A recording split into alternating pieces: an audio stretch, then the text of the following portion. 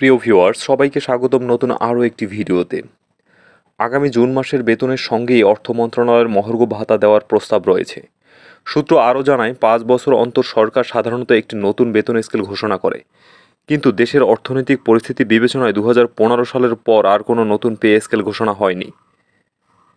সর্বশেষ পে কমিশনের চেয়ারম্যান নতুন পে কমিশন না করে মূল্যস্ফীতি বিবেচনায় নিয়ে বেতন কমিশন গঠনের সুপারিশ করলেও তৎকালীন সরকার ওই সুপারিশ বাস্তবায়ন করেনি। কিন্তু সরকারি চাকরিজীবীরা বাড়তি মূল্যস্ফীতিতে বেতন বাড়াতে নতুন পে স্কেল ঘোষণা সহ বেশ কিছু দাবি জানিয়ে আসছিলেন। 1977 সাল থেকে 2015 সাল পর্যন্ত মোট 8টি পে স্কেল দেওয়া হয়। আর সরকারের সব স্তরে মহার্ঘ ভাতা দেওয়ার প্রভাব বেসরকারি চাকরিজীবী ও সাধারণ মানুষের উপর পড়ে। কারণ সরকার কর্মচারীদের ভাতা বাড়ালেও বেসরকারি চাকরিজীবীরা বেতন বাড়ানোর কোনো দায়িত্ব নেয় না। সর্বশেষ 2013 সালে সরকার 20% মহার্ঘ ভাতা দিয়েছিল, যার আওতায় সর্বোচ্চ 6,000 আর সর্বনিম্ন 1,300 টাকা বেড়েছিল।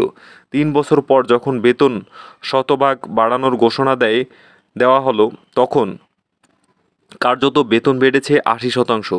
গত বেতন স্কেলে টাইম স্কেল ও সিলেকশন গ্রেড কর্তন করা হয়েছিল।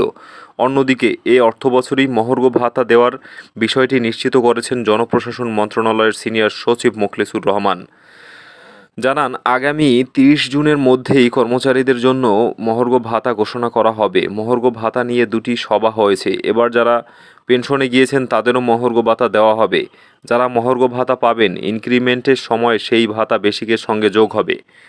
এদিকে সরকারের বিভিন্ন মন্ত্রণালয়, বিভাগ, অধিদপ্তর, দপ্তর, কর্পোরেশন ও স্বায়ত্তশাসিত প্রতিষ্ঠান প্রায় 14 লাখ কর্মচারী কর্মরত চলতি 2024-25 অর্থবছরের বাজেটে তাদের বেতনের বাবদ 81,580 কোটি টাকা বরাদ্দ রাখা হয়েছে।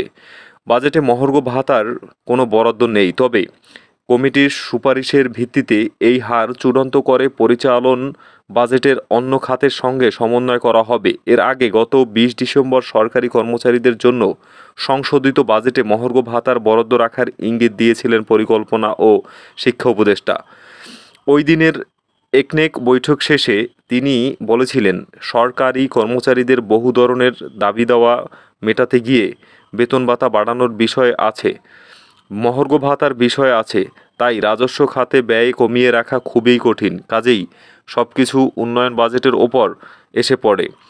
উন্নয়ন বাজেট কমাতে হবে, বাজেটে ঘাটতি সহনীয় পর্যায়ে রাখতে উন্নয়ন বাজেট সমন্বয় করতে হবে। তো ভিউয়ার্স, আজকের ভিডিওটি এ পর্যন্তই। ভিডিওর শেষে একটি রিকোয়েস্ট থাকবে, যদি ভিডিওটি ভালো লাগে অবশ্যই একটি লাইক এবং পরবর্তী সকল আপডেট সবার প্রথমে পেতে চাইলে চ্যানেলটি সাবস্ক্রাইব করে সাথেই থাকবেন। ধন্যবাদ।